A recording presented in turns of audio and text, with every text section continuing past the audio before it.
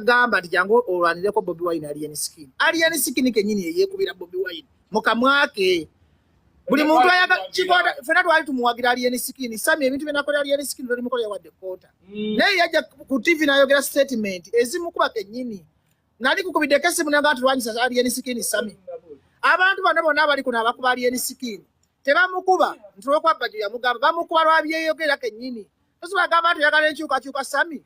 Bobi Wine abanga alikasese nibaita diversion ya champion gudo Sammy oba okolerani fete twegana sere tusibatu zogera twazirya ate tulina gwe tukolera kubanga tuli basajja bakulu owulira Sammy naye tugamba nti ekitufu tukyogere ng'ekitufu gamba ekitufu kibajjo yalya olaba nyiga naye amazima gali nti Allien Skin tali ku mulamu ayagala kuba Kyagulanyi nyega tukkiriziganya ensobi zaffe Sammy sikujja wano kwerega sikujja wano kukola ki wabula amazima ogamanyi Allien yakuba Kyagulanyi sibwe kiri bajjo katono nnyo saawa zino oli ku side y'abantu era olumirirwa Bobi Wine sikyo sirumirwa Bobi Wine sirumirwa Bobi Wine numirwa bizibu binnuma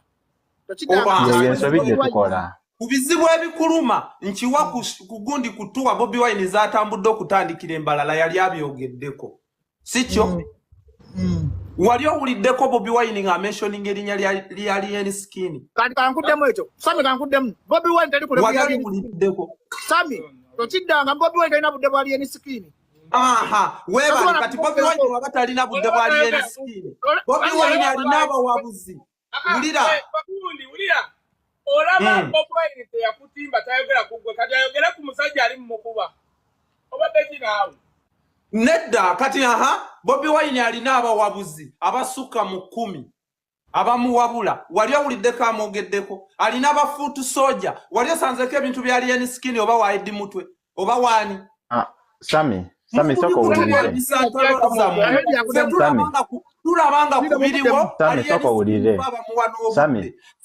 Sammy soko ulire atekateka kusimbula genda mayuge Sammy soko ulire mayuge mwe Sammy soko ulire Sibi Sammy otuvuga speed ku bintu bya Allien Skin otuvuga speed Sammy soko ulire ogenda kulabe no program Sammy genda be radio tuba na freedom abaddeko nga tukunga atenda tukunga basano tukwata Sammy kanjogereko radio tukikola Sammy kanjogereko bajjo kanjogereko Sammy bajjo mwami bajjo ne Kaye Wisdom ne oli omulala omutegesi w'ebivulu Abitex nga tebanaba kulumba Allien Skin twasooka okulumba Allien Skin nga tumaze okulaba ensobi kati togamba nti tuli mu lutalo lwa bajjo oba nani wano mu struggle tetwesiga muntu yenna bula twesiga ekigambo ky'omuntu yenna singa ovaayo ng'oyogera ebintu ebigata ku struggle tetugenda kutambula naawe ne bw'obanga oteekawo embeera ekuba struggle ne wobeera n'abantu 5 nga bowabizza tetugenda kujja tutunke nawe kuba ffe tugamba nti nga tugenda mu Uganda empya abantu bangi bajja tulyamu olukwe naye abo abanaasigala naffe tujja kusigala nabo saawa ziri bw'ogamba nti bajjo yali akuba NUP era yavaayo ku TV ezimu muyambe tobola batujja mutanko twe kwa Sammy Wisdom muri Banyarwanda kati kamba abaganda muba bantu bagezi newe munasiri wala mweno government eri mbanyigiriza ate mugena sigale mabega kati Sammy muki I don't even know your tribe kirabika Sammy oli mu Lugwala oyagala oyo omwana omuganda agwa Allien Skin bajjo muganda munali mulabula nti ogwogwo yasama genda ogwebbakuliza abanno muleme kusuula baana nze tulina actually ne wenge emakindye ngenda ku climax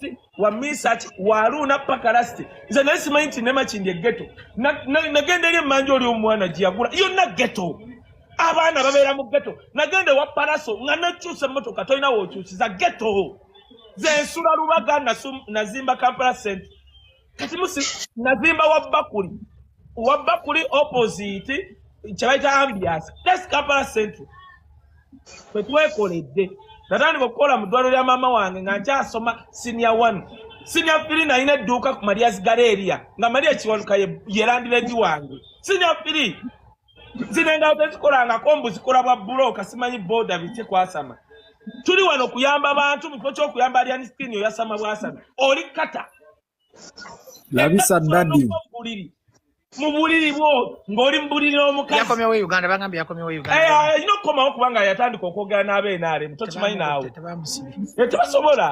Tebasobola. Naye muleme bw'oba ozze wa Museveni n'olya ssente. Oyogere naye wuno ayagala. Saagala. Ate omuzza bw'oba wewuliriza bw'oba olidde ssente za Museveni lya n'amagezi musirike nze saagala kwogera naawe because tolina kyongattako. Aye tosobola kunvuma kwanja kuvuma. Aye bw'oba wakomyewo Uganda amwe gato bwayi tolina kyosobola kunkola. Atuyingira bakalugiro oleeta mmwe. Kubanga ojja kwasama ate nze nkuggyeko okugulu. We own this government nayo yabahima. Kati esama mpola ng'otaasa. Mbaira woyo mwana munozana. Yes, gwe musajja munozana oyagala Allien Skin yago. Oyagala Allien Skin yago gwe. Nayo mwe. Oyagala government yabahima. Kadda mukola ttakaye. Eno fire best. Mwandi bulaye ko nga nkola collab ne fire. Gwe Sammy okimanyi. Allien Skin kyayogera yali avuma Bob Wine directly. Allien Skin yagamba Abitex. Ntino gwe gendo tegeke enkuuko ezo. Kati Sammy kakusonyiwe kubanga oli mu Lugwala. Kanjogere n'abaana bategera Oluganda. Okugamba ekigambo nkuuka mukama. Ekyo ekigambo is a crown word. Ekitegeeza the king of Buganda. Enkuuka. Kuyasama kigwe mutoli gwe naawe. Kasiya kumbavu. Akati atenziramu ati oba wakomyewo Uganda. Eno government yabahima na banyarwanda.